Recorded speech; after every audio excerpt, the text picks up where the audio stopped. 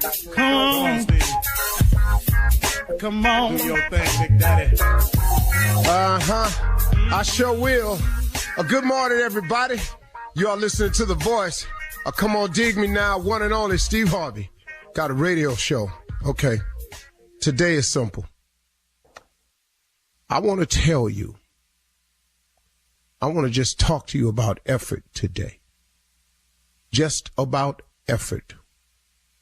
You know, it's a word that people use to describe sometimes trying.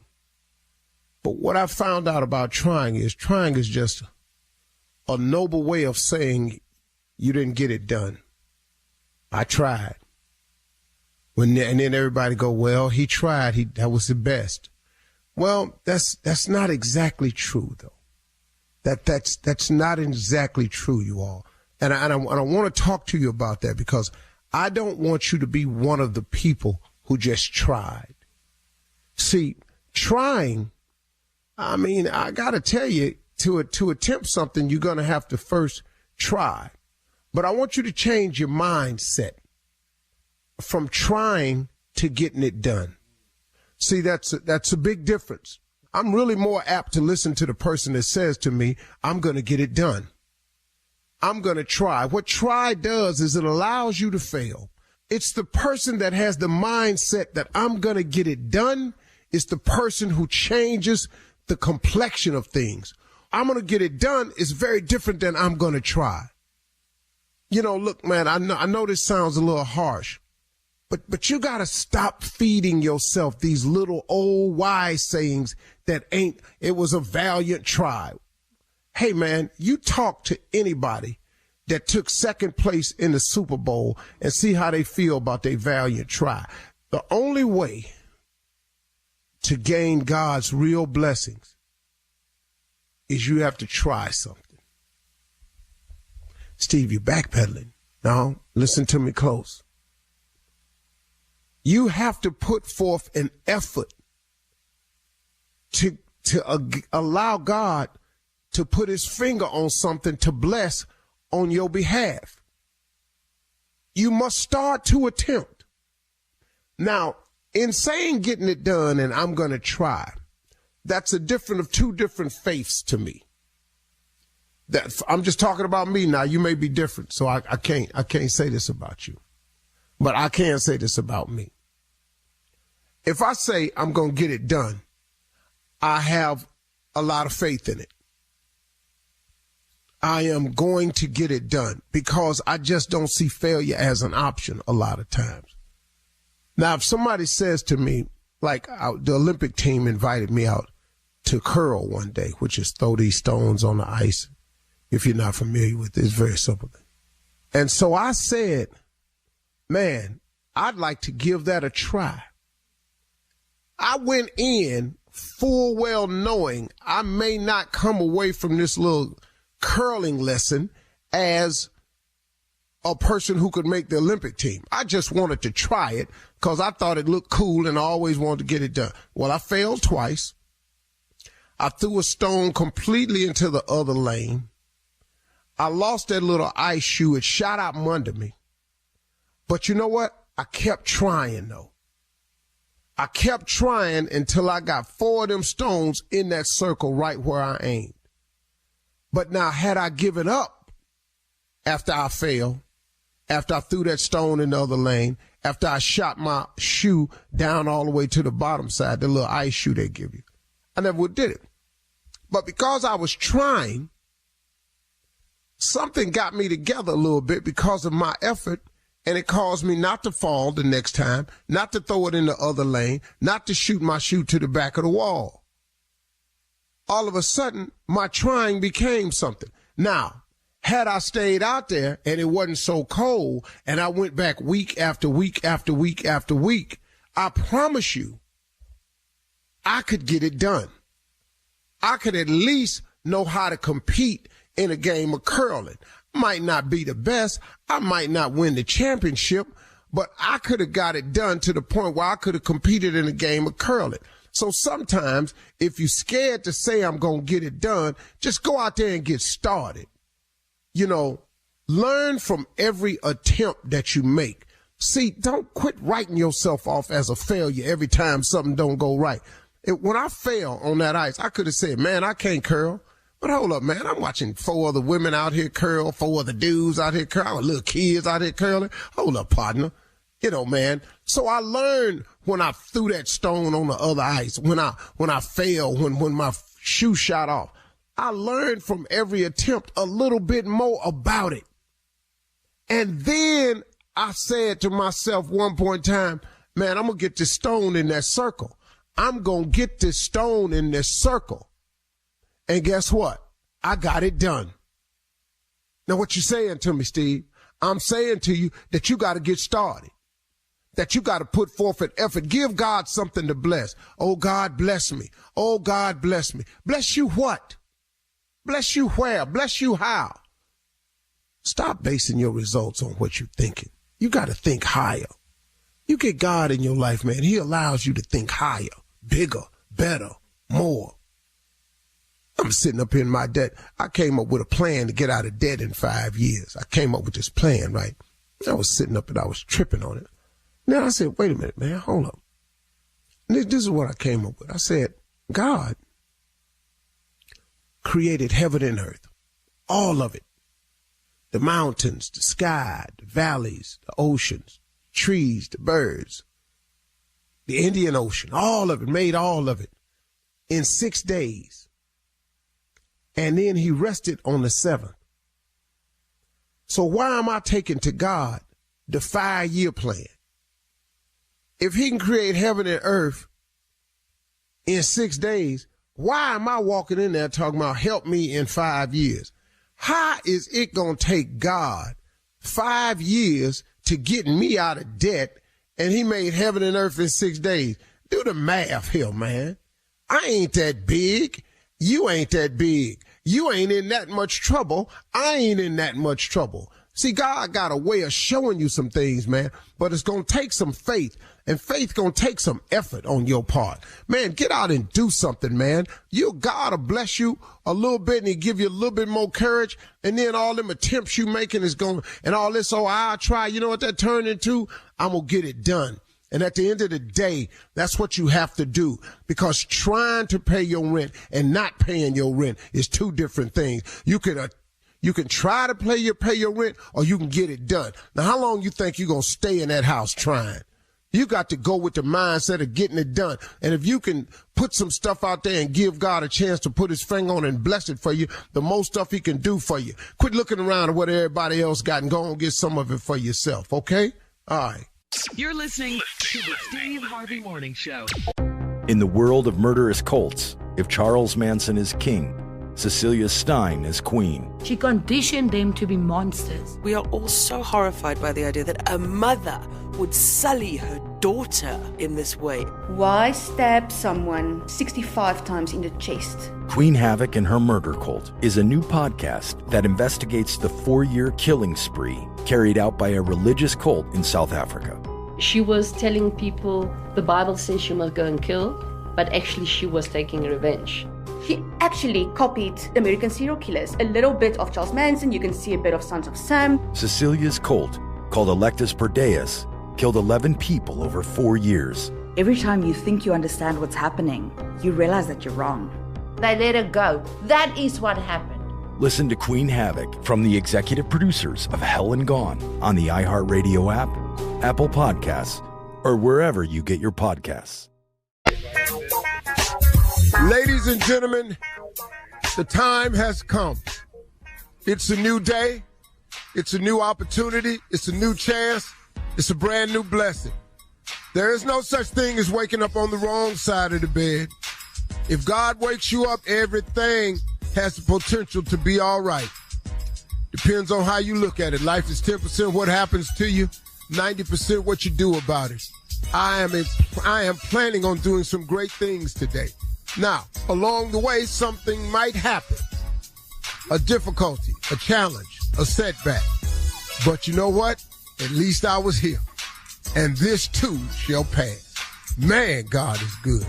That's all I got to say to you. Shirley Strawberry, Carla Farrell, Mississippi Monica, Junior, government name is Kill Spates, and the legend of Nephew Tommy. Junior, anything? What? Yeah. If you're listening, come by Friday. Everybody. My house. Come by here Friday. Because the most expensive thing I own is a couch. Everybody finna sit on this damn couch. I don't care what you feel like. Everybody finna sit their ass on this couch. This too much. I ain't never spent this much money on anything furniture-wise in my life. Oh, I don't care how rich you is, Uncle Steve, Tommy. I don't care how rich you is, Shirley, Carla. Bring y'all ass here by 4:30 on Friday. Everybody finna touch this couch. Let me tell you something. This is the most expensive thing I ever spent money on. I ain't never spent this much money on a couch, furniture for a house. Are you serious? Are you serious? I don't care how busy you is. Judge Steve gonna be filmed at this house on this couch. That was finna happen. I'm telling you right now. I don't even understand how does it even happen. This much for a couch, for a house? Are y'all been doing this? Y'all been doing this? No, Shirley, stop. Congratulations. I'll tell you what, 4:30 Friday, everybody, okay, here we go. Steve Harvey Nation. Everybody hold on. Come by here 4:30 Friday. Like millions. I don't care. Everybody. Your couch ain't fitting to be worth a damn.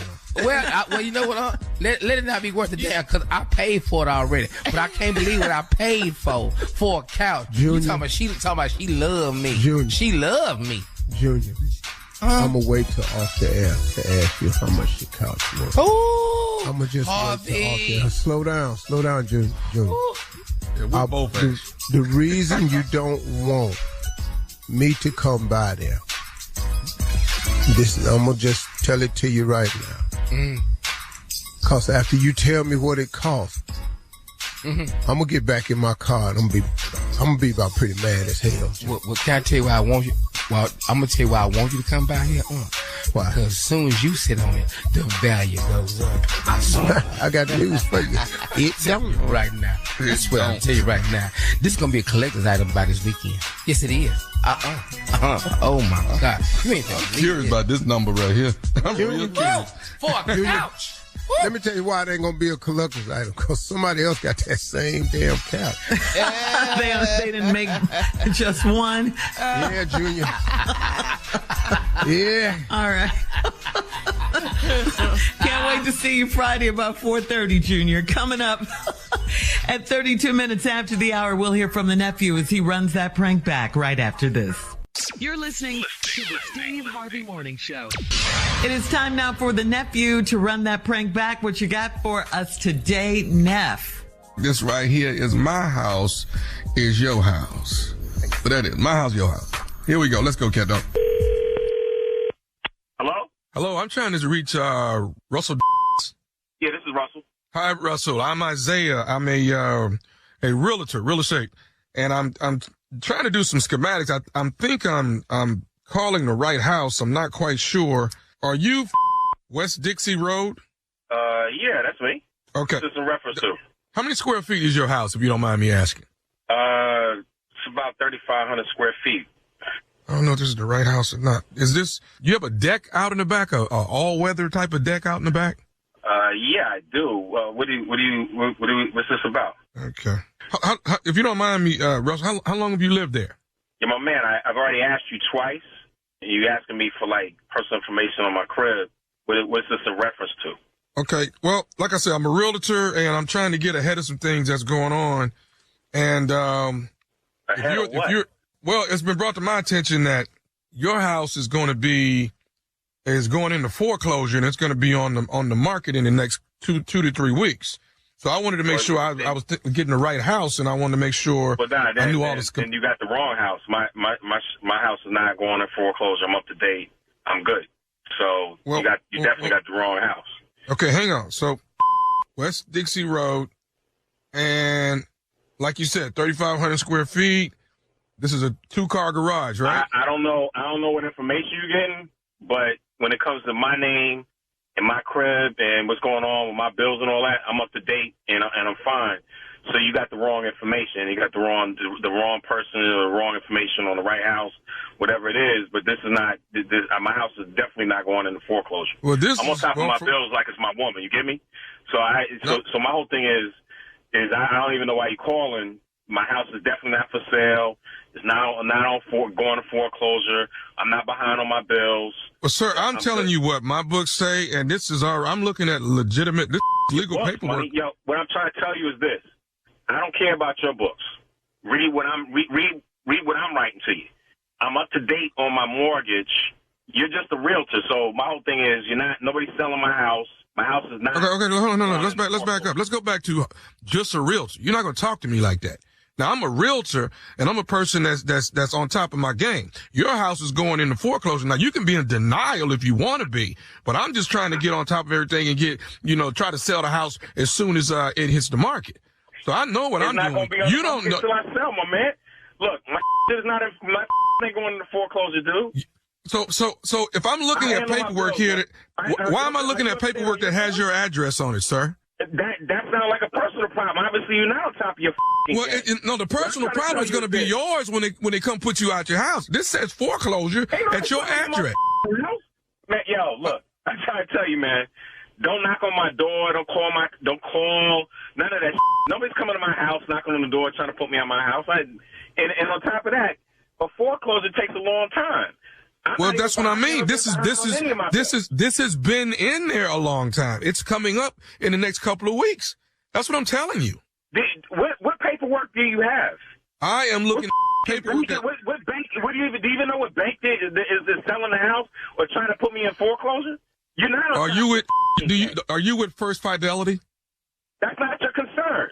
Okay. Well, you just asked me, sir. You just asked me. That's what's on this paperwork. It's not in the foreclosure. You got the wrong paperwork. You got the wrong address attached to somebody else's shit. Okay. This is your address. It is the right square footage. It is the right house, sir. I'm entertaining you right now, my man. I'm telling you, my isn't going into foreclosure. Okay. You know what? You're getting angry with me, but really, if you'd have paid your bills, you wouldn't be in this situation. You know what I mean? Are you paying your bills? I'm paying my bills, but evidently you're not paying yours because you're on your way into foreclosure. And now you're getting upset with me when I'm just a realtor calling, trying to catch. It's funny to me. This is funny. I'm on my deck handling my business barbecuing right now, dude. I'm not. There's zero, less than zero fear of me going into foreclosure. The attitude is not necessary. Matter of fact, this is probably. You calling me with this bullshit? Get the. This is probably your last barbecue on the deck, so enjoy that. Look, you come over here and you call me again, you'll be on the grill. You got me? All I'm telling you is this right here, bro. They coming to close your house out in 2 weeks. All I wanted was the schematics on your house. That's all I wanted. Well, obviously, you have all the information you need. You already know more about what's going on with my personal affairs than I do. But I'm going to tell you, it's going to be a problem if somebody knocks on my door. Okay, well, I need to come over and take a look at that. I'm not getting foreclosed on. That's not how it works. All right. I need to come over and take some pictures of the house. So is that going to be a problem? Get off the internet. Get it off the internet. But you got the wrong house. I need to come inside, sir, and see the condition of the house. You're with me, right? I'm not going into foreclosure. I'm up to date with all my shit. You're not coming to my house. You're not getting inside the house. Okay. You don't know what the you're talking about. Well, I'll tell you what. Your coworker Michaela, she seems to think different. Michaela? Don't you work with Michaela? Yeah. What's Michaela got to do with this? Michaela got me to call you, baby. This nephew Tommy from the Steve Harvey Morning Show. Russell, you been pranked, baby. You been pranked, baby. Oh my God. Oh my. Oh my God. Oh, that's crazy, man. I'm like, man, I got my up to date, man. What the y'all talking about? I'm up to date, man. You up to date, baby? So even through the pandemic, you still up to date? I'm up to mother date, man. Tell me this, what's the baddest, and I mean the baddest, radio show in the land? Steve Harvey Morning Show. Yes, sir, baby. You up to date, baby. You up to date. You got that right. Why? You can look at it any way you want to look at it. Right. I'm stupid on all cylinders. It don't matter which way you look at it. Any way you wants to look at it. The nephew is stupid on all cylinders. So I'll be back in another hour. Give y'all another little dose of stupid this month. Y'all hold tight. Coming up next, it is Ask the CLO. Chief Love Officer Steve Harvey in the building. You're listening to the Steve Harvey Morning Show. Coming up at the top of the hour in entertainment news, talk show host Sherry Shepherd apologized for asking a guest on her show to get drunk with her. Sports commentator Shannon Sharp and his Club Shay Shay podcast are leaving Fox Sports. And blogger Tasha K still owes Cardi B $4 million, but she filed for bankruptcy instead. That's all coming up at the top of the hour, but right now it is time to ask the CLO. We're going to Faye in Roanoke, who writes, my husband's best friend is married to a much younger woman, and she's cheating on him and confided in me. I was sworn to secrecy by her, but I've known her husband a whole lot longer than her. Where should my loyalty lie? Do I expose her? No, you swore your secrecy. Yeah. You swore to the girl. You swore to the girl. That's what you did. See, I don't understand the way people operate and function. You know, now, if somebody come to me and say, hey, man, I'm going to tell you something, but you can't tell nobody. The first thing I'm going to tell the person is, hey, man, listen to me. If the information you about to give me is hurting somebody I dearly love, then don't tell it to me. Because I ain't finna be loyal to you. If I dearly love somebody, you can't come into me and talk about, man, I stole their money, or hey, man, I'm the one that got them fired or whatever. No, you can't come to me with that. So, see, I always remember, man, when a person is coming to bring you bad news, there's some more behind that bad news now. Because, you know what I'm saying? You know, they're just trying to get their conscience clear. So I would not tell it because you swore that to her. But now you're trying to weigh out the scales of justice. See, that's why God say vengeance is mine, saith the Lord. That's why God say that. Because now here you are trying to figure out the right thing to do, and you don't even know. That's why you ain't got no business dealing out punishment, vengeance, and all that. That's exactly why he said. Don't it get real clear to you after a while? Now, hit his lady right here. Clarity. She in a real quandary now. I've been knowing him much longer, and she cheating on him. Now, you going to come and tell this man that. And what is that going to do? You think that make that man feel better? You think he be, man, please. Lady, stay out of it. She confided in you, then you should just say, hey, look, you need to stop, go home, work on your marriage. Because people make mistakes. You could do that. All right, moving on to Melissa and Tyler. Melissa says, I'm 33 years old and married. My husband told me that I must have sex with him at least 4 times a week, and I don't like scheduling sex with my husband. We've been married 4 years, and this is his new rule. Will he cheat if I don't give it up? Yeah, 4 is a lot. It's a good number, but that's a lot. 7 days in a week. She got 3 days off. Busy, dude. Hell, she tired. Yeah, you know, you're 33, though, you know. What? But he putting stipulations on her, though, dog. He a little out of control. I was 33. I was homeless, though. I can promise you I wasn't getting it 4 times a week. 4 times a week or 1 time a week. I was sitting up in there, man. I was trying to find somewhere to sleep with myself. Let alone another person. Hard to invite a woman over to your car. How would you do that? Hard to do that. Hey, come on over to my place. Where is it? There it is, right there. Yeah, those were some rough years, man. No, I can't even. No, 33 don't, yeah, I can understand that, but you can't make a rule. You can't make a rule. You can't just do that. That ain't how it works, man. You don't own her. That's her body. And it should be organic and spontaneous. You know? Yeah. I mean, you know, it might just feel like 2 times a week. Right. You know, might be a little activity on third one, but you know, you 4-time mandatory. Well, you know, And I'm going to tell you right now, it's a whole lot of days they just don't feel like it, for whatever the damn reason is. It could be the PTA meeting ran too long. It could be she was helping with the homework and it got on her nerves. This heifer wore the same color blouse to work she wore. All that. I don't care about what's going on at that schoolhouse. Get in here. It's time. It's Wednesday. Get in here. Get in here. It's Wednesday. Too. You might as well go and get them papers right now. Yeah, that's hey, Tommy, when you back in your chair right there, can you take your mic back there? There you go. That'd be nice right there. Why do you say that, Steve? Why are you asking? Because he is too close on this damn Zoom we on. I like it. Look at his whole, all you can see is his face. He ain't got no shoulders. His nostrils. He the only one that ain't got no background. Okay, there you go, though. Face no, come on face. back, Tommy. Come on. I'm cool with that. Okay, cool. What? I want to As long as you ain't got to be, just right. I'm good with it. Let's go. All right. So, no scheduling for Melissa and Tyler with her husband. Moving on to Dawn in Germantown. Get back on this Zoom so we can Dawn in Germantown. Dawn in Germantown writes, my husband has a habit of going out with his female coworkers for lunch or for cocktails after work, and he's always treating. He's running up our credit card monthly trying to impress these women, and how do I get him to stop being a sucker?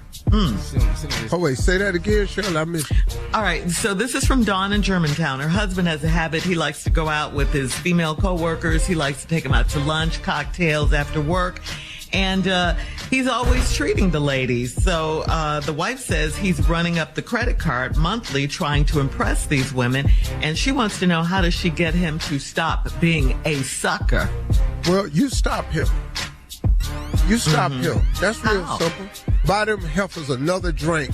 Put another snack on this credit card for one of them heifers and see what happened at this house. You can do that because the fun you having out there at happy hour is not going to outweigh the misery you're going to have at your house. The one thing a woman know how to do, man, is bring that pressure. You running up the credit card, taking all your female coworkers out? Come on, dog. That don't even make no damn sense. Question. What if it wasn't a joint credit card? It's just his money. You know how you say married couples should have your own money to do with what you want. Well, that ain't what they got, though, Shirley, because he said he running up the credit card. He did. She did. Now, if they had their own account, they could do what they want to. But once you in that joint, man, it's joint. Yeah. Dog, you can't do like you want to do like that. You can't take these women out and you telling your wife that's what you're doing. What are you saying to her? That's what I want. All the women go out, we go to happy hour, and I buy the drinks. I'm the man, you know what I mean? Well, your man ass need to quit going out. Yeah. I promise you, I can't. I can't have that conversation with my wife. And I have women. Extra. Yeah, it's all. Yes, Junior. Clearly, he ain't bought this couch. I know that. All right. Thank you, CLO. Coming up next, we got some entertainment news for you right after this. You're listening to the Steve Harvey Morning Show. In the world of murderous cults, if Charles Manson is king, Cecilia Stein is queen. She conditioned them to be monsters. We are all so horrified by the idea that a mother would sully her daughter in this way. Why stab someone 65 times in the chest? Queen Havoc and Her Murder Cult is a new podcast that investigates the 4-year killing spree carried out by a religious cult in South Africa. She was telling people the Bible says she must go and kill, but actually she was taking revenge. She actually copied American serial killers. A little bit of Charles Manson, you can see a bit of Sons of Sam. Cecilia's cult, called Electus Perdeus, killed 11 people over 4 years. Every time you think you understand what's happening, you realize that you're wrong. They let her go. That is what happened. Listen to Queen Havoc from the executive producers of Hell and Gone on the iHeartRadio app, Apple Podcasts, or wherever you get your podcasts. Last season, millions tuned into the Betrayal podcast to hear a shocking story of deception. I'm Andrea Gunning, and now we're sharing an all-new story of betrayal. Ashley Litton was helping her husband set up a business Venmo account when she discovered a terrible secret. I scrolled down, and that's when I saw a hidden folder, and I opened it. What the hell did I just see? I was scared that he was coming home. What Ashley discovered that day was a secret so dark, she feared for her life. She was like, oh my God, I gotta get out of the house. He's gonna find out that I've seen this, he's gonna come kill me.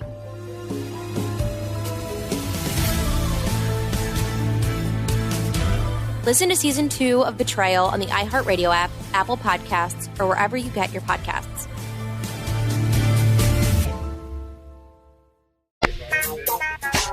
Well, we all love Sherry Shepherd, love her talk show, and on the talk show, she made a big mistake on national TV last week when she had journalist Elizabeth Vargas on her show, and she kept mentioning about getting drunk with Elizabeth Vargas, who has been sober since 2014. During the interview, Sherry said, I'm going to take you to the bar, we're going to drink, we're going to have a drink. Vargas responded, quote, I'll have my classic club soda with cranberry juice, but you can pound some shots. Sherry then told her that she was no fun. Elsewhere in the interview, Sherry said again that she and Elizabeth Vargas should go to the bar and get drunk and have a good time. Vargas responded, you get drunk, I'll be your designated driver. Vargas previously talked openly about her drinking to ease anxiety, and she stated Sherry went to rehab. She stated that she went to rehab 3 times between 2013 and 2014. When Sherry realized what she had done, she called Vargas to apologize and then issued this statement. Sherry said, sometimes when you're doing live TV, you make mistakes. Today that happened during my Elizabeth Vargas interview, and I'm sorry for that.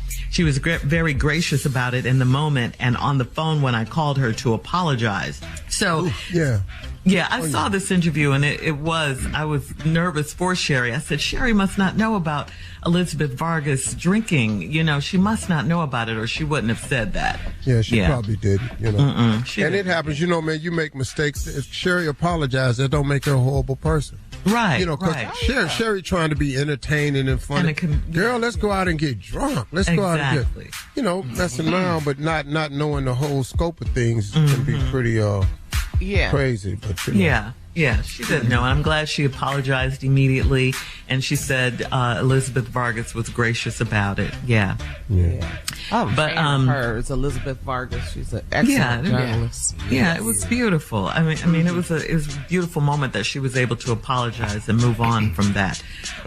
In other news, sports analyst Shannon Sharpe plans to leave Fox Sports' Undisputed show after the NBA Finals this month. It has been reported that Sharpe and Fox Sports have reached a buyout agreement. Shannon's Club Shay Shay podcast is also leaving the Fox Sports network. No reason has been given for the buyout. We know the reason. Everybody. What's the reason? It's Skip Bayless. We know exactly what the reason is. That's not the one I got, but that's true. What? Well, what you got, Junior? What's the tea? The reason why he leaving because he come over here Friday on this damn couch. That's what he can do. That's what I got. This new couch. That's all I knew. This both thing is the biggest thing I ever bought. That's why he coming over here. That's why he leaving Fox Sports because he bringing his ass over here Friday. You know something, Junior? I'm just gonna stop you right now before this go too far. Your marriage is not going to last if you have these types of complaints every damn week. I'm just telling you right now, you're going to have to suck some of this up and deal with it because it is not going to change. Oh, because your ass is going to be buying stuff from now on. You had no idea what it cost. And you're going to get some stuff paid for that you don't even want. Oh, I'll tell you what, you can get mad at me all you want. I ain't mad at you. No, Shannon be here Friday sitting on the damn couch. Somebody will sit on the damn, I don't care what it is. And Sherry Shepherd. Yeah, Sherry coming. And you ain't got to apologize, Sherry. Hell, we taking shots together on this new damn couch. Well, many have speculated, you guys are right, that Shannon is leaving. Hold on. You let your wife walk in and see you and Sherry doing shots on that damn couch and see what happens. You're going to get shot on the couch. Shot taking a shot. Well, then, you know what that means? First 48 coming in and filming on this damn couch. Somebody going to see it. I love it, but many have speculated that Shannon is leaving because of the growing friction between him and his co-host Skip Bayless.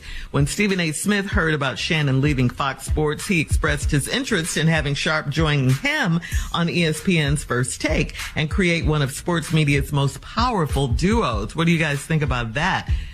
Shannon leaving Fox and then joining Stephen A. Smith. What do you think? Well, Stephen A. Smith has a lot of pull over there. Mm-hmm. And see, one of the things was, Stephen A. didn't hit it off with Max Kellum, who I thought was great, but they didn't have the debate that Stephen A. wanted the show to be, because it's a debate show. Mm-hmm. It's an argument. It's a confrontational show. It's dudes talking trash. It's the barber shop put on television in a sports form with controlled elements like Molly Quinn. Well, Max Kellerman, who I loved on the show, would oftentimes agree with Stephen A., and he wanted him to be more confrontational. And that's what Stephen A. didn't like about this situation. So him and Max parted ways. But they parted ways as the number one show. Yeah, and Max got his own thing on the same network. And Max Kellerman, man, when it comes to boxing, man, I don't know nobody smarter. Yes. That boy, man, and I like Max Kellum a lot. Me too. Well, what about Skip Bayless? Is he hard to get along with or something? I don't know. I haven't talked to Shannon about that. I don't know. Skip, he seems like a good guy to me. Some people think he says some risque things. But what you're supposed to say is that's what type of show it is. You know, but Shannon and Stephen A. though. That's a lot of hollering. That's a lot of hollering. I think at one point Stephen A. would be afraid of Shannon. That's what I think. I would. Have you seen Shannon? Well, he's a big guy. Shannon look like he can still play today. Shannon Sharp, fine. Okay. Oh, okay. Well, he is fine. Yes. All right. Coming up at 20 minutes after. A man robs a store in Miami with a cardboard box on his head. We'll get into that right after this. That's some dumb criminals, man. That's creative. You're listening to the Steve Harvey Morning Show. We'll talk about thinking outside of the box. A 33-year-old man is accused of robbing a phone repair shop in Miami Gardens, and he was wearing a cardboard box on his head to conceal his identity. So here's a question. Have you seen this guy?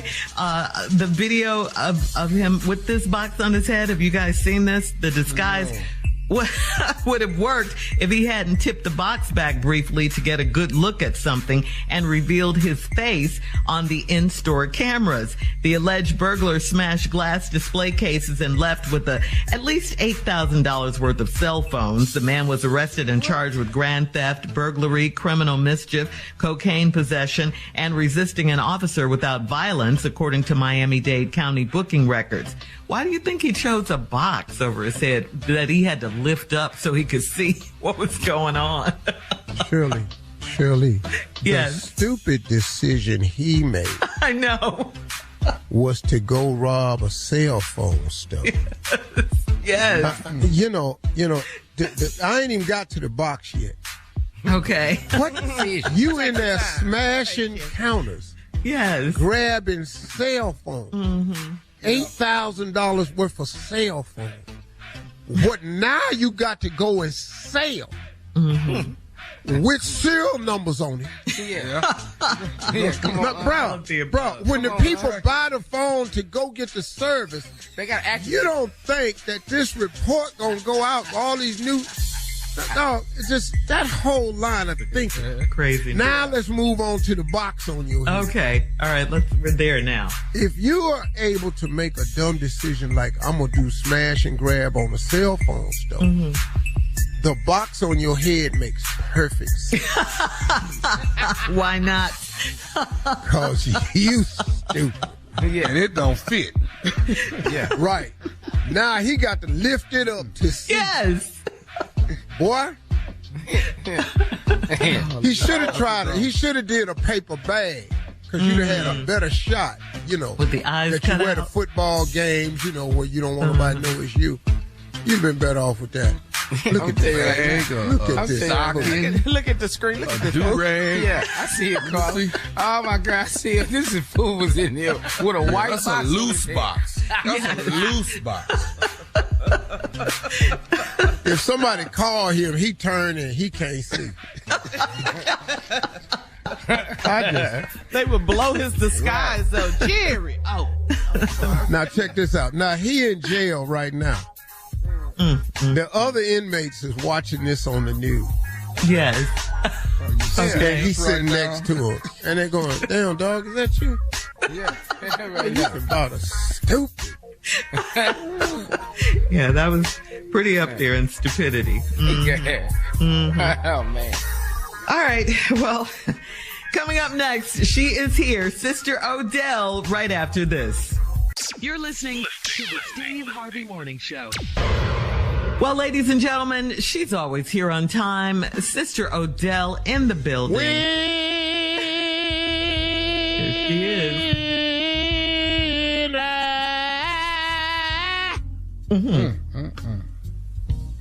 Was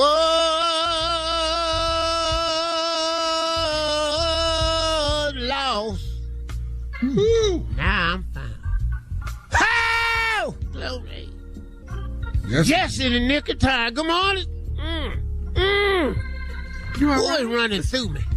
Just in the nick of time. Good morning, Shirley, Carly, Mississippi. Hi, boys. Yes, good morning, Sister Odell. Good. What can I do for you this morning? Well, I'm glad you're here today, Sister Odell, because you know the rapper Waka Flocka Flame? You've heard of him, right? You know who he is, from Atlanta. No, I think I know him. I knew his granddaddy, not Waka Flocka Flame. I knew Hot Torch. Oh, big old strong Hot Torch. Used to call him HT. HT. Hot Torch. Back in the day. Ooh, Lord have mercy. Well, Mr. Hot Torch. You know why they call him Hot Torch? Why? Because if it got hold to you, you were scorched.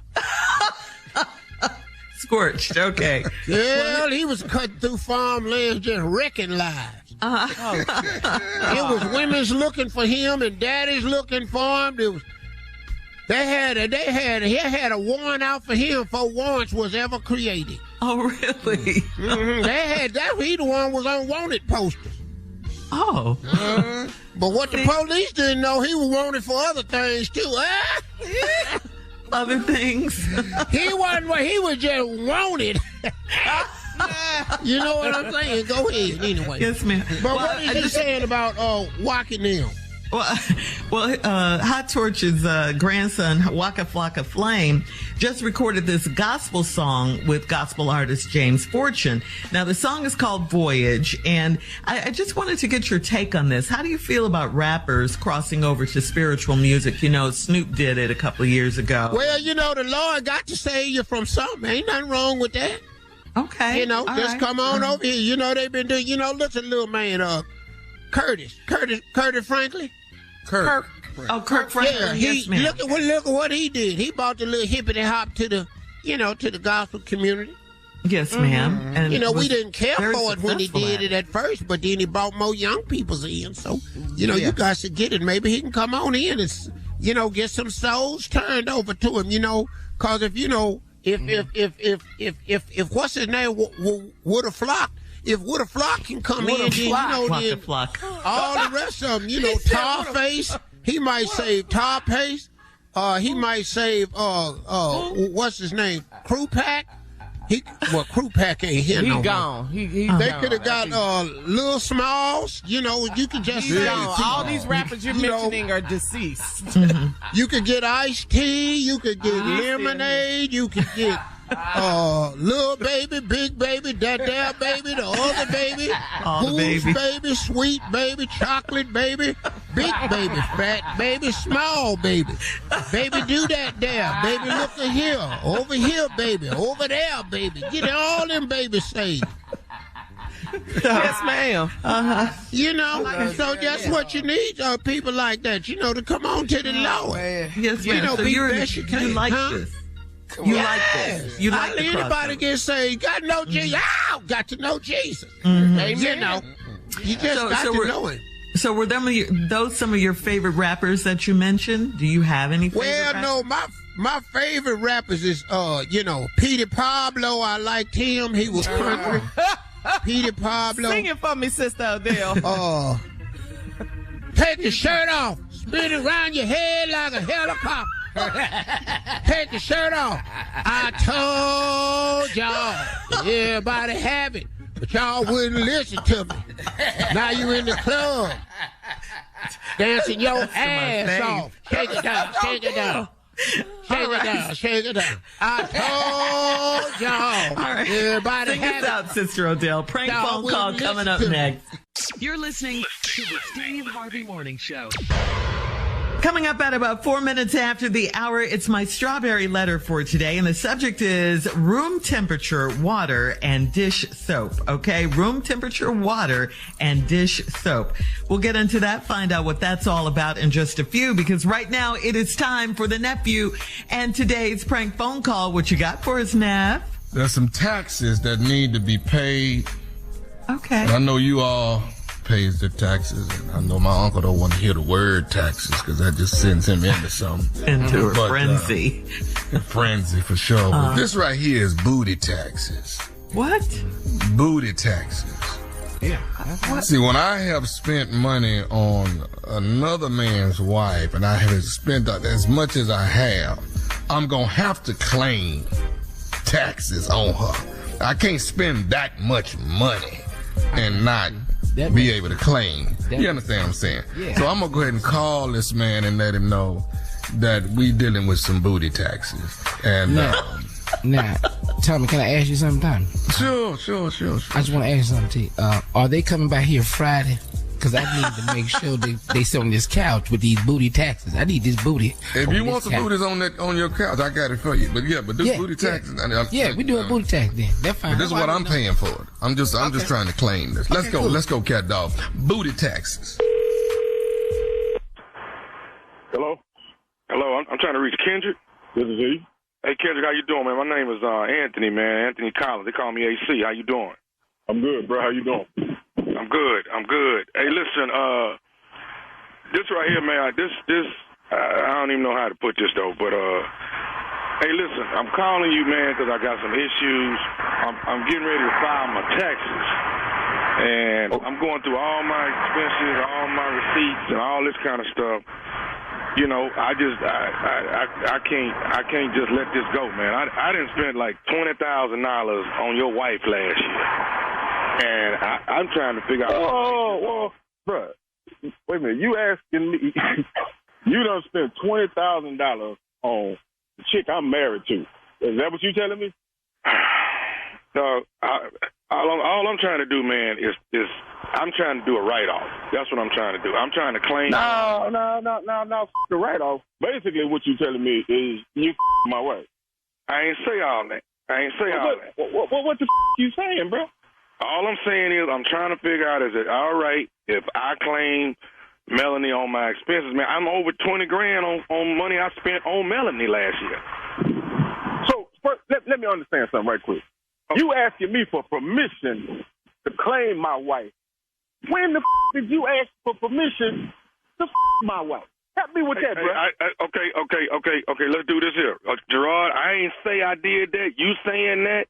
I'm saying I just want to claim the taxes because I spent $20,000 on it. That's all I'm saying. Okay, let's do this, bro. Let's put Melly on the phone. Let's put Mel on the phone. Ain't no, but we ain't got to bring Mel in this. What I'm saying is, she already in it. She in it. What the you mean we ain't got to bring her in it? She in it. Man, you must be outside your mind. All I'm saying is, do you have a problem with me claiming Melanie? You right I do, bro. I got a problem having this whole conversation. First of all, how the did you get my information? How you get my number, bro? I asked around for your number. I ain't want to call you. It took me a week to call you. You know what I'm saying? I'm just trying to, dude. I done spent $20,000, dog. You understand what I'm saying?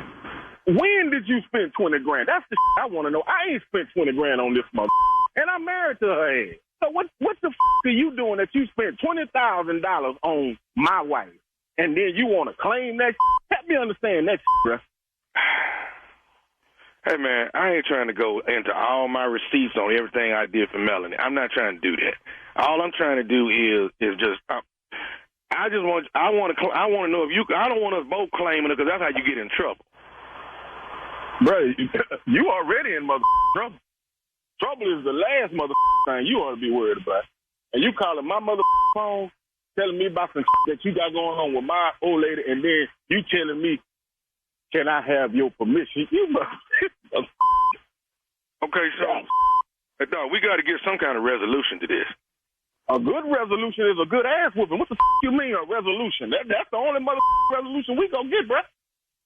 Ain't no other resolution. Ain't no other resolution. We ain't got else to talk about. We ain't got a thing to talk about. That's the resolution I got, partner. I tell you what, bruh. I'm texting Mel right now. I've been texting her since we've been on this phone. Okay, and what did you texting her for? What the you mean? What am I texting her for? She's the subject matter. So that's why I'm texting her. But you better pray to God. This is some bull.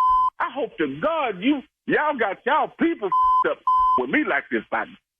This ain't gonna go good, bruh. At all. At all. Okay, so I guess I can't claim her at this point. Hell, no. So what you want to do, though? Bro, I done already told you what the I'm going to do. And I'm waiting on Mills' response on this text. She act like she's slow than a She can't type fast. So somebody go give me some now. Today. Okay. But, man, look here, bro. I don't know who this is on the other end of this phone. I hope to God this is some out of X-Files or some that I can't even fathom. You better pray to God y'all playing with me. This is some bull. Okay, so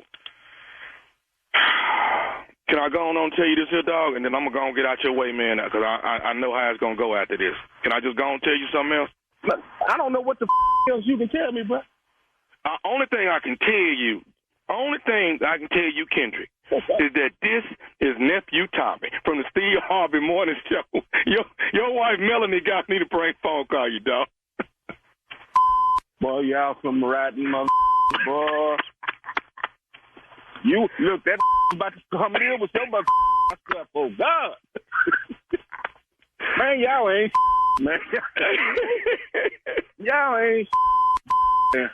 Man, I'm sitting up here eating some crackling, and I done threw them away because my blood pressure already high.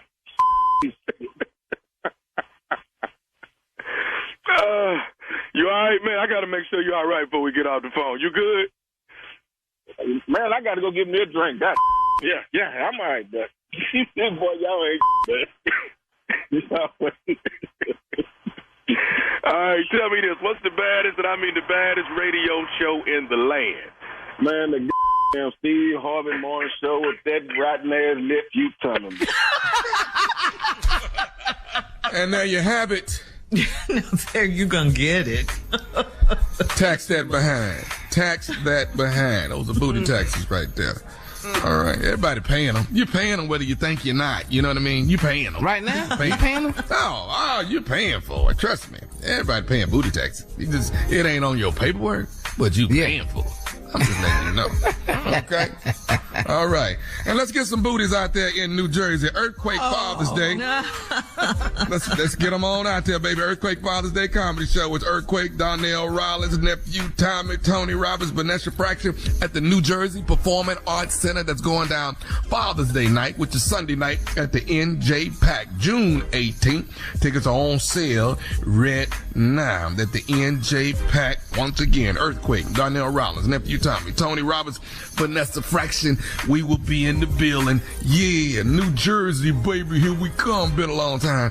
Can't wait to walk out on that stage and be straight ignorant for you. Land in the cut, Redondo Beach, California. That's right, Redondo Beach, California. That is in, that would be in July. Yeah, that would be in July.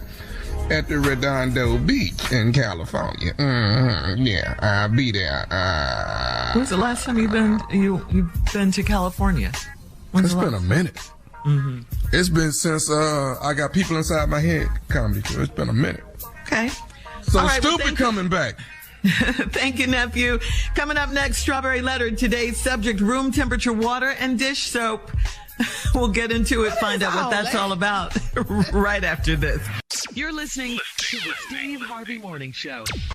In the world of murderous cults, if Charles Manson is king, Cecilia Stein is queen. She conditioned them to be monsters. We are all so horrified by the idea that a mother would sully her daughter in this way. Why stab someone 65 times in the chest? Queen Havoc and Her Murder Cult is a new podcast that investigates the 4-year killing spree carried out by a religious cult in South Africa. She was telling people the Bible says you must go and kill, but actually she was taking revenge. She actually copied American serial killers. A little bit of Charles Manson, you can see a bit of Sons of Sam. Cecilia's cult, called Electus per Deus, killed 11 people over 4 years. Every time you think you understand what's happening, you realize that you're wrong. They let her go. That is what happened. Listen to Queen Havoc from the executive producers of Hell and Gone on the iHeartRadio app, Apple Podcasts, or wherever you get your podcasts. Last season, millions tuned into the Betrayal podcast to hear a shocking story of deception. I'm Andrea Gunning, and now we're sharing an all-new story of betrayal. Ashley Litton was helping her husband set up a business Venmo account when she discovered a terrible secret. I scrolled down, and that's when I saw a hidden folder, and I opened it. What the hell did I just see? I was scared that he was coming home. What Ashley discovered that day was a secret so dark, she feared for her life. She was like, oh my God, I got to get out of the house. He's going to find out that I've seen this. He's going to come kill me.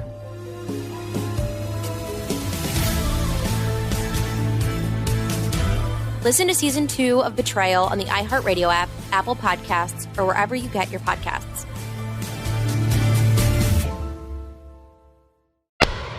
It is time now for today's Strawberry Letter. And if you need advice on relationships, work, sex, parenting, or more, please submit your Strawberry Letter to steveharveyfm.com and click Submit Strawberry Letter. We could be reading your letter live on the air, just like we're going to read this one right here, right now. And you never know. It could be yours. It could be. Buckle up and hold on tight. We got it for you. Here it is. Strawberry Letter. Thank you, nephew. Subject, room temperature water and dish soap. Dear Steve and Shirley, I found out that my new boyfriend is very special. I thought he was special in a lot of ways, but I didn't know he was special till our recent trip to my oldest daughter's graduation. We've been dating for 4 months, and I took a chance and invited him to go with me. It was a 3-hour drive, and I had expected him to offer to drive. The day before, he asked me when was I picking him up. That let me know he had no plans of driving us there. Along the way, he told me that he does not drive on the interstate because big trucks stress him out. I noticed him looking really anxious when cars sped by us. We went by my daughter's college and he didn't want to get out because he informed me that he doesn't like crowds. I asked him how he was going to do at the graduation, and he said he didn't plan to go. He just wanted to ride with me so I wouldn't have to drive alone. That first night together in the hotel was really awkward, and I just have to tell you guys all about it. My boyfriend ran a big tub of water that wasn't hot and it wasn't cold. He said it had to be room temperature. He filled the tub with dishwashing liquid that he brought from his house.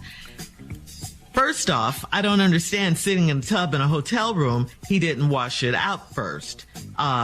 Then he sat his behind in the bubbles that were created by dish soap. I didn't hear any splashing or washing off or anything similar, so I asked if he was okay. He said he would be in there soaking for at least 30 minutes, so it was okay if I went on to sleep. I've dated a lot of weirdos since my divorce, but he takes the cake. Do I talk to him about this, or should I break up with him? I don't think there's really too much to talk about, because this guy falls under the heading of, what do you need him for? I mean, he didn't drive you. He didn't help you drive. He was afraid of the expressway, got anxious when he saw big trucks and cars speeding by you. He doesn't like crowds. He didn't tell you he wasn't going to the graduation because he doesn't like crowds. There's a lot. So again, what do you need this guy for? He told you to go to sleep while he was soaking in the tub. So I guess you don't need him for sex either. I mean, you called him a weirdo who takes a cake, and all these, to me, are red flags for you. So I say pay attention, because how he is now is how he's going to be if you guys do decide to be in a relationship. And I think you've seen all you need to see with this guy, and I don't think you guys are going to make it. Next, Steve. This letter is real clear to me. Room temperature water, dish soap. Let me just break this down, what you're dealing with here. You got a new boyfriend that's special. And you thought he was special in a lot of ways, but you ain't know he was special. Till y'all took a trip to your oldest daughter's graduation. Now that means you all are in your 40s. Your oldest daughter's graduation. You took a trip to that. I'm assuming that the girl must be in college. I'm assuming that. Mm-hmm. So y'all been dating 4 months, and you took a chance and invited him to go with you. It was a 3-hour drive. You expected him to offer to drive the day before. He asked you when you was going to pick him up. That let me know he had new plans of driving us there. Along the way, he ain't even offered to drive now, because along the way he told me that he does not drive on the interstate because big trucks stress him out. What did your punk ass just say? You saw it. You read Excuse me. If I'm a woman and I'm riding in the car with my man, and he tell me the reason he does not drive on the interstate is because big trucks stress him out, the next words out of my mouth will be, what did your punk ass just say? To his face. Now, here she is driving all around these big trucks. Her man said, that stressed me out.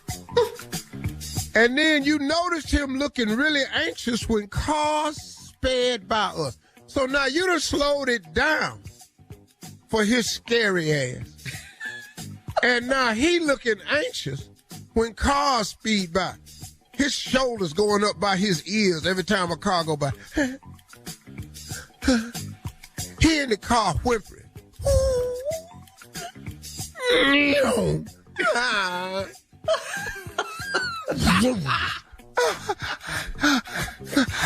What is... Hey, man. We went by my daughter's college. He didn't want to get out because he informed me he don't like crowds. Okay, hold up. He's scared of big trucks. He don't like little cars passing him. Now he's scared of people too. Mm-hmm. Crowds. Because what is a crowd? People. Right. So y'all got to stay one-on-one. I asked him how he was going to do it to graduation. I ain't going to no damn graduation. What did you thought I was going to graduation for? You know how many people going to be there? He said he just wanted to ride with me so I wouldn't have to drive alone. I might as well be by myself. Your punk ass up in here. Hold on, Steve. Hang on to that thought. We'll have part 2 of your response coming up at 23 minutes after the hour. Today's Strawberry Letter subject, room temperature water and dish soap, right after this. You're listening to the Steve Harvey Morning Show. All right, come on, Steve. Let's recap today's Strawberry Letter, room temperature water and dish soap. Oh, this woman dating this little classic this little ragged ass man you done found. This little boy right here, you asked him, told him you was going to your graduation, daughter's graduation from college. He said he'll go with you But then he asked you when you picking him up. You go pick his ass up. Y'all riding on the freeway. He informs you out on the freeway. He don't like to drive on the interstate because big trucks stress him out. Okay. Then you found out he looked anxious when cars sped by him. So now you done slowed it down for his punk ass. Now he's still jumping. Every time a car go by, he jump. Now he whimpering. You're killing me with the truck and the whimpering. I love the truck noise. They moving too fast, by the way. Wonk, wonk. Why are you so crazy? Wow, I got this little B in this car with me. B, if you don't shut your ass up. This is her talking to him. Right. Went to my daughter's college. He didn't want to get out because he informed me he don't like crowds. What? So now he's scared of big trucks, fast cars, and people. I asked him how he was going to do it to graduation. He said, I ain't going to graduation. Well, I'm going to graduation. And then, there's going to be some more people in there. And somebody, and people going to be pulling up in their cars and blow their horn.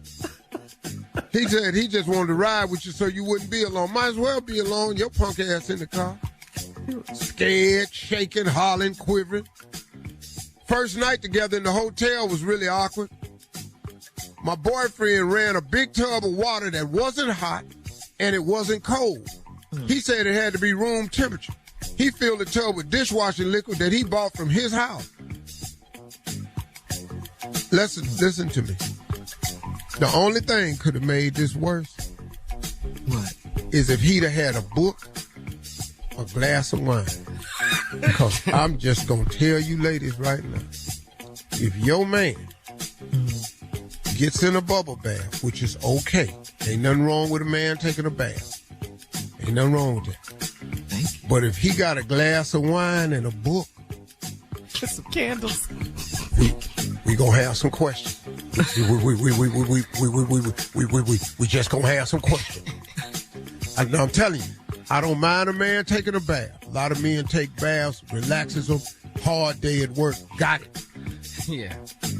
But if his ass has a glass of wine, white or red, but really if it's white though, and if he light one candle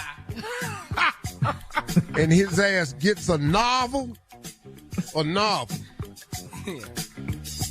he tie his head up, I'm telling you right now, tie his head up. We got a damn problem, ladies. All right, so now, first off, I don't understand sitting in the tub in the hotel that he didn't wash out first. Then he set his behind in the bubbles that were created by the dish soap. And wasn't no splashing or washing off or anything. So I asked if he was okay. He said he'll be there soaking for at least 30 minutes. So it's okay if I go to sleep. Now, I've dated a lot of weirdos since my divorce. But he takes the cake. Do I talk to him about this or should I break up with him? First of all, why would you stay with him? You got a man that can't drive on the freeway. You got a man that don't know where to go, don't like going nowhere in crowds. You got a man that runs room temperature bubble bath water and don't like talking and soaking it every night for 30 minutes. And you want to know, should you break up with him or talk to him about this? It's nothing to talk about. You got a man that's got some issues. Why you think he was available? How you think you just found him out of nowhere? How you thought this was just your damn lucky day? And now let me talk to you. First of all, where did you find this tender, soft-ass, scary-ass man at? Where was he at? Now, let me explain something to you ladies. You need to start reevaluating how and who you date. Because you said you've dated a lot of weirdos since my divorce. See, you have a propensity for picking weirdos. So now your pick scale is off. You need to stop picking. You need to talk to God and let God have a man find you because your picker's off. You said in your letter, I've dated a lot of weirdos since my divorce, but he takes the cake. A lot of weirdos? Weirdos. So you go out and your idea of dating a man is you always picking weirdos. See, there's something wrong with your picker. So guess what you need to stop doing? You need to stop picking. Because it's all right. Your picker is broken. Mm-hmm. You done picked his punk ass. This tender never. All right. Bubble bath, reading books and drinking wine, scared of traffic and people. Leave your comments on today's Strawberry Letter. Talk to him about it or break up. At Steve Harvey FM, and check us out on the Strawberry Letter podcast on demand on the free iHeartRadio app. Well, coming up next, it is Junior and Sports Talk right after this. You're listening to the Steve Harvey Morning Show. It is time now for Junior and Sports Talk. Junior, what you got today? Well, tonight, Shirley, Game 3, NBA Finals. Denver Nuggets, Miami Heat, and the series is 1-1. Do we believe they can win? Miami, do we believe Miami can win? I do. They just dogs, man. A pack. They the 8th seed, in the East. They came, they put everybody. They there. They in the finals. Yeah. They having their first home game tonight, though. They playing at home tonight. If they beat Denver tonight,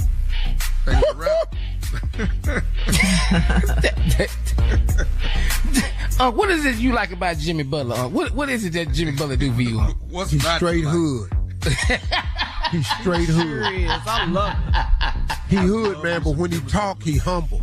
Yeah. Mm-hmm. When he talk, he humble, but he straight.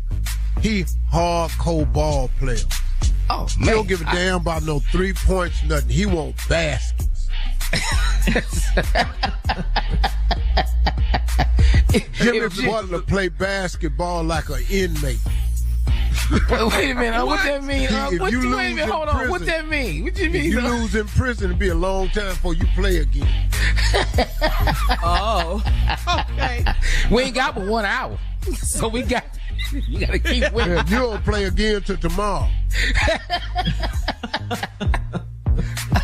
I do too, man. I believe Miami can win this series. I'm rooting for him. I'm rooting for him. The kid that hadn't played in a while, Junior, is he supposed to be coming back to play? Oh, Tyler Hero for Miami? Tyler Hero. Is he supposed to be jumping in? Well, that's one of the things Tommy is like, well, we winning without him. Yeah. We don't want to mess with the chemistry. I heard he's a bad boy, though. I never seen him play. I heard he's a bad boy. Yeah, Tyler can shoot. He can shoot, man. He can shoot the lights out. No, he cold. But he ain't played in a long time. And the finals is not how you come back and warm up. There ain't no get ready. The temperature too hot. It's way high. Oh, man. They took one in Denver, too? Oh, man. This is going to be crazy. If they win tonight, it's 2-1. Oh, man. Tonight, I mean. Dog. And like I said, Jimmy Butler play inmate basketball. That's one thing that I can agree with. Inmate. I'm talking about. So, who we call if we want to put a couple grand down on the Heat? Who you call? Oh, the dog. They got all kinds of booking sites. I know you know. I know. Bravo got a nice site. What? So you put your money on Miami, man, you can win because they underdog. How come you know where the bet at? This fool. All right, Junior, thank you. What is you living for if you ain't taking chance? Coming up, no risk, no reward. Coming up at the top of the hour, Steve's annual charity golf tournament wraps up today, and his mentoring camp for young men is Father's Day weekend. We'll talk about it right after this. You're listening to the Steve Harvey Morning Show. In the world of murderous cults, if Charles Manson is king, Cecilia Stein is queen. She conditioned them to be monsters. We are all so horrified by the idea that a mother would sully her daughter in this way. Why stab someone 65 times in the chest? Queen Havoc and Her Murder Cult is a new podcast that investigates the 4-year killing spree carried out by a religious cult in South Africa. She was telling people the Bible says you must go and kill, but actually she was taking revenge. He actually copied American serial killers. A little bit of Charles Manson, you can see a bit of Sons of Sam. Cecilia's cult, called Electus Perdeus, killed 11 people over 4 years. Every time you think you understand what's happening, you realize that you're wrong. They let her go. That is what happened. Listen to Queen Havoc from the executive producers of Hell and Gone on the iHeartRadio app, Apple Podcasts, or wherever you get your podcasts. Last season, millions tuned into the Betrayal podcast to hear a shocking story of deception. I'm Andrea Gunning, and now we're sharing an all-new story of betrayal. Ashley Litton was helping her husband set up a business Venmo account when she discovered a terrible secret. I scrolled down, and that's when I saw a hidden folder, and I opened it. What the hell did I just see? I was scared that he was coming home. What Ashley discovered that day was a secret so dark, she feared for her life. She was like, oh my God, I gotta get out of the house. He's gonna find out that I've seen this. He's gonna come kill me.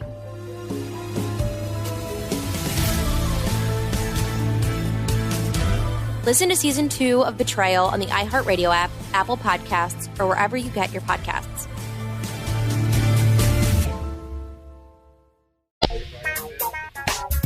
Okay, so Steve, you're on the second day of your annual charity golf tournament. And look at this. All the proceeds raised will go to the Steve and Marjorie Harvey Foundation to help fund your mentoring camps for young men and women. And you and Marjorie have 7 children of your own, of course, yet you're both so passionate about mentoring hundreds of other people's kids every year. And, you know, I mean, we ask you this a lot, but does it ever get old for you? I mean, why do you do it? I mean, look, you know, to whom much is given, much is required, right? But I've learned so much about that scripture. There's other elements to it, too. I don't have time to get into it. But my mom used to tell me all the time, she said, son, God blesses you to become a blessing. Yeah. What I've learned in my life is that the more God can trust you with what he's given to you, the more he'll give to you to be trusted with. Amen. So what I've tried to do, I don't take all of my money and use it for good. Some of the stuff, I buy things I want and like. And my wife and I are able to have a lifestyle that we could have never had.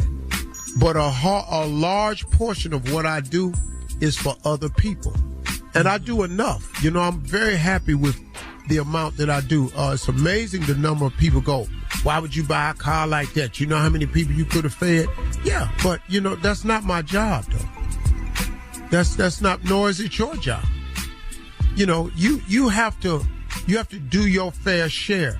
And doing my fair share has been important to me. And caring about other people's children other than my own is a big component, whether it's boys or girls. The girls were down at the ranch in January, 150 girls. 250 boys will be at the ranch next week, beginning on Wednesday. And they will stay all the way through Father's Day because they don't have fathers that are active in their life.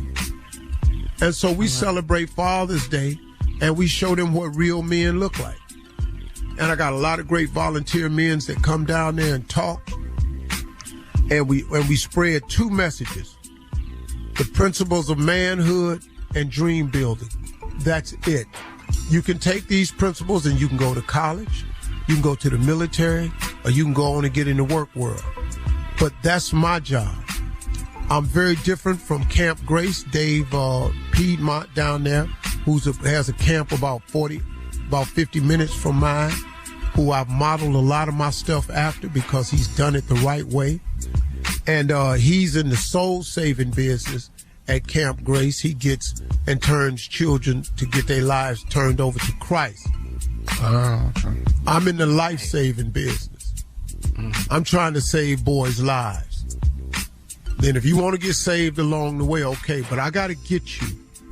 My job is to get your mind out these streets, get your mind out these drugs, get your mind out these gangbanging, get your mind on a positive path so you can go and accomplish what you want to accomplish. So he's in the soul-saving business. I'm in the life-saving business. Now, you would think the two go hand in hand, and they do. Yeah. We've had 6 ministers come out of this program. We have 7 full-fledged brothers that are members of Omega Psi Phi. What? Who have pledged and crossed. We have ministers. We have engineers. We have military men. We have policemen now. We have counselors. We have a couple of lawyers that have come out the program. We've got a bunch of kids that went to college and a bunch of kids who graduated. So the program works. All I need now is help to build this ranch out, because I want to start building this year at one point. I didn't raise enough money to build the building this year. I couldn't get it done in time. So guess what? That don't stop nothing. I got enough buildings on it to make the program go forward. The tents are erected, and we are on with the program. Because it ain't how many buildings you got, it's how many programs you got. Yeah, that's right. Sir. Doing God's work. Yes, and sir, thank you, Steve. Yeah. All right, Yeah. coming up at 20 minutes after the hour, we'll have more of the Steve Harvey Morning Show right after this. You're listening to the Steve Harvey Morning Show. All right, so Steve, let's remind the people, the Steve Harvey Nation, that your Elevate You Healthy Green Powders will be available in Walmart when this Friday. It is here. It is here. Yes. If you haven't been joined in already online at levateyou.com to get your absolutely delicious Vitality Green drink, and it really gives you a good boost of energy. It helps you with the digestion, and it helps you with mental clarity, and it just feeds your cells feeds you on a cellular level. It's really good. But on this Friday, June the 9th, at Walmart stores, come on, we have several new products we are introducing with the Walmart giant themselves. Ladies and gentlemen, those delicious 3-flavored Vitality Green drinks will come in now, only available at Walmart in stick packs, where now you just tear the package open, put it in it, shake it up, drink it. You can drink it on the go. It's in a single individual pack. All 3 flavors are available. Also, 3 gummies will be introduced. If you love those gummies where you can act like you eating candy, we got it for digestion, we got it for metabolism, and we got it for immunity. We got everything at Walmart on Friday.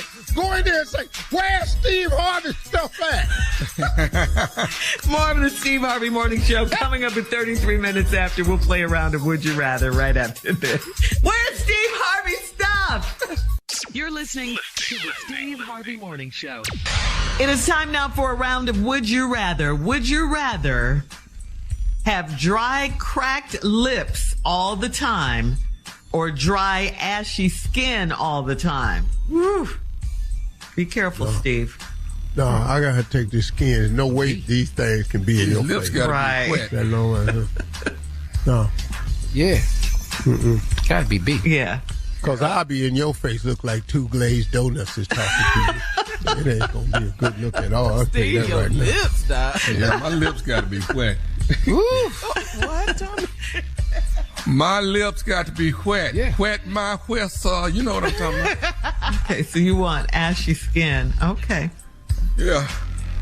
All right. So would you rather have a pool in your backyard or would you rather have a view of the ocean? I got that.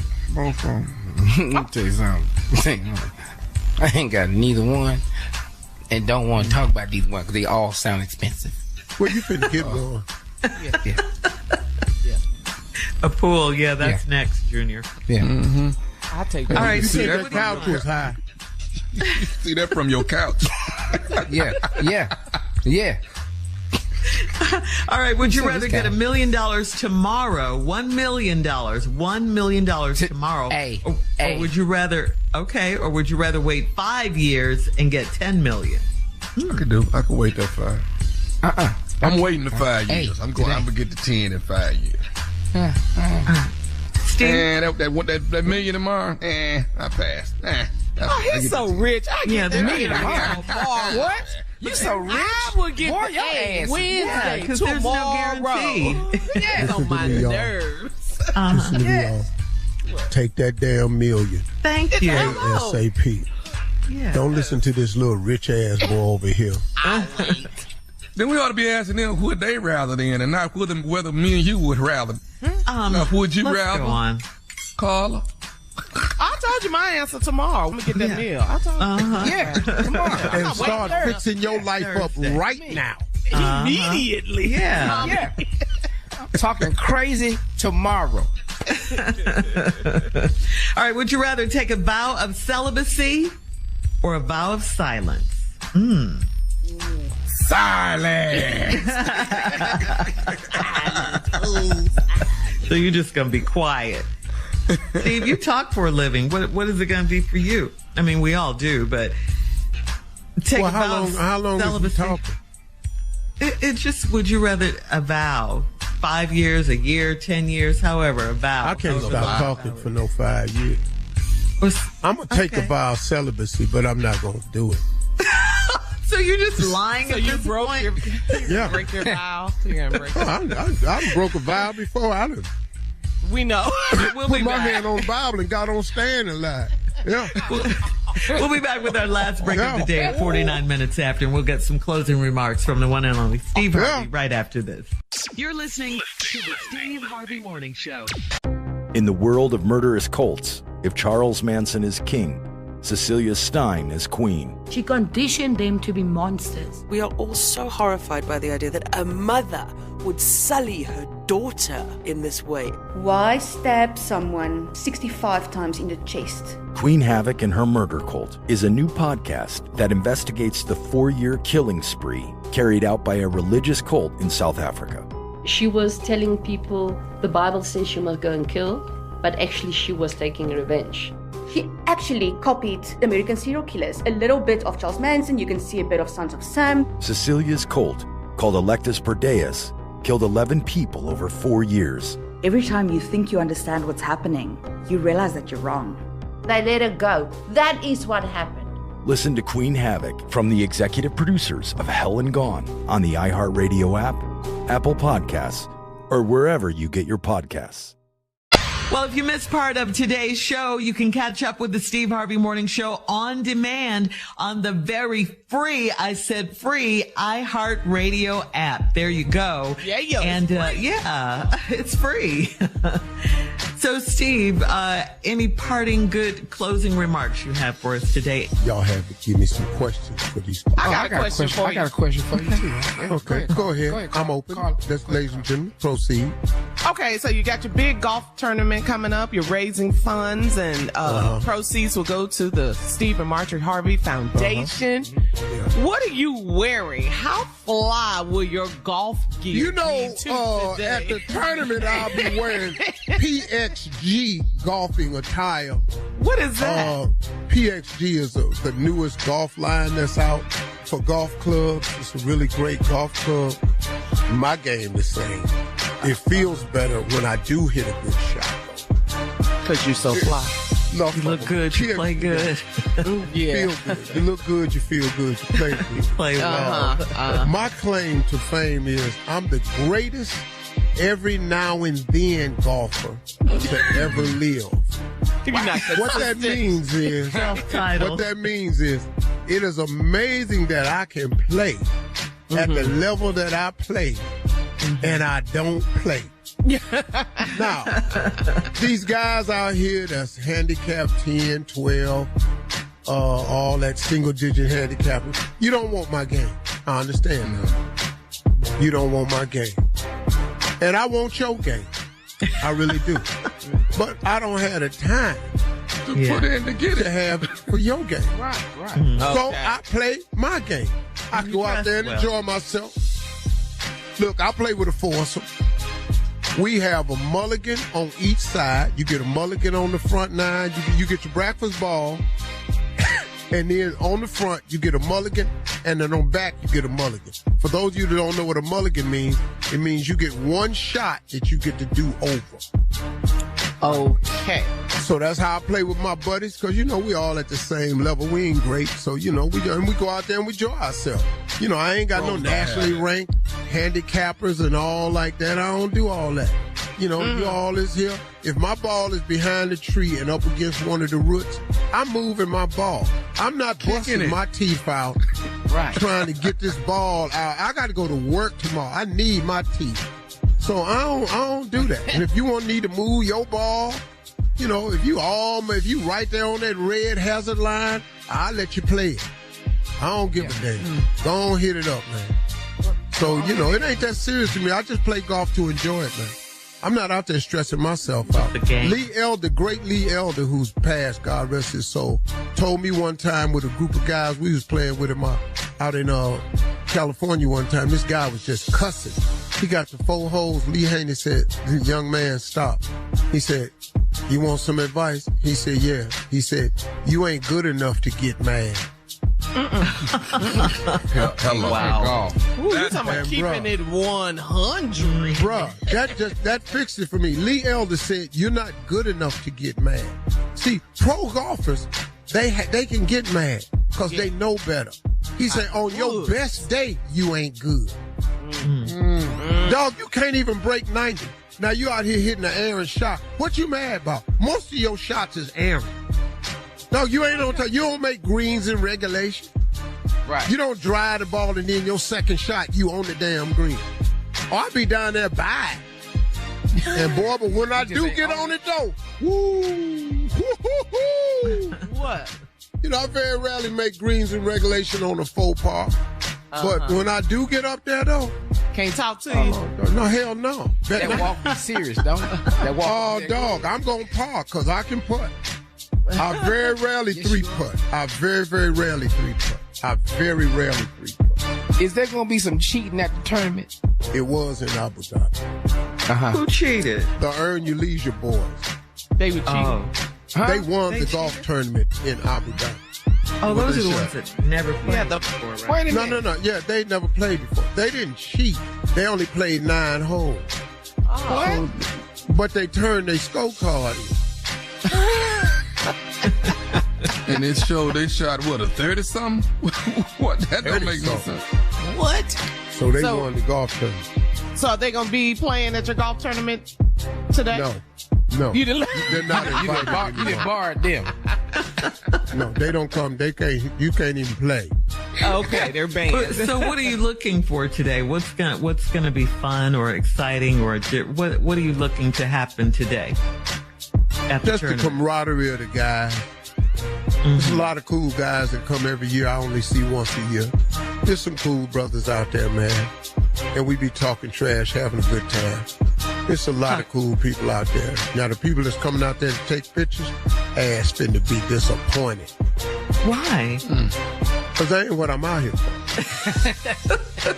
Just take the picture. I thought you had gotten over that, Steve. You got 100 and some golfers. Over that. Everybody gonna want a picture. Hey, man, take it, but I'm not posing. No, you can take it. No, if I stop, listen to me. If I stop to take a picture that everybody asks for a picture, when am I gonna golf? Oh, you just I want to play golf too, man. Oh, okay, I get it. Wow. And I gotta focus, man. It's hard to get that ball in that hole.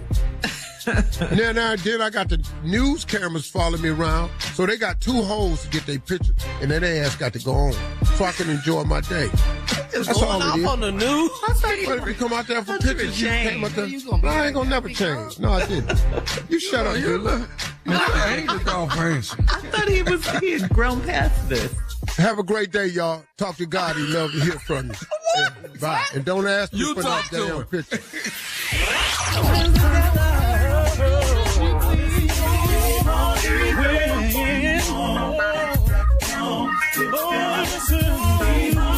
For all Steve Harvey contests, no purchase necessary, void where prohibited. Participants must be legal U.S. residents at least 18 years old unless otherwise stated. For complete contest rules, visit SteveHarveyFM.com. You're listening to the Steve Harvey Morning Show.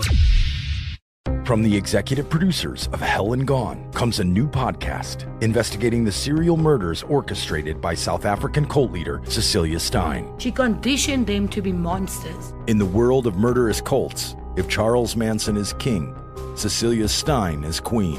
She was telling people the Bible says you must go and kill, but actually she was taking revenge. Listen to Queen Havoc and her murder cult on the iHeartRadio app, Apple Podcasts, or wherever you get your podcasts. Last season, millions tuned into the Betrayal podcast to hear a shocking story of deception. I'm Andrea Gunning, and now we're sharing an all-new story of betrayal. Ashley Litton was helping her husband set up a business Venmo account when she discovered a terrible secret. I saw a hidden folder, and I opened it. What the hell did I just see? Listen to Season 2 of Betrayal on the iHeartRadio app, Apple Podcasts, or wherever you get your podcasts. What do a flirtatious, gambling double agent in World War II, an opera singer who burned down a nunnery to kidnap her lover, and a pirate queen who walked free with all of her spoils have in common? They're all real women who were left out of your history books. You can hear these stories and more on the Womanica podcast. Check it out on the iHeartRadio app, Apple Podcasts, or wherever you listen. I'm Israel Gutierrez. I'm hosting a new podcast called 4 Years of Heat. It takes you to Miami from 2010 to 2014, when LeBron James, Chris Bosh, and Dwayne Wade set the NBA ablaze. You know, have an opportunity to team up with the best trio to ever play the game of basketball. We'll take you inside those 4 monumental years with behind-the-scenes access and insight about one of the greatest teams ever assembled. 4 Years of Heat on the iHeartRadio app, Apple Podcasts, or wherever you get your podcasts.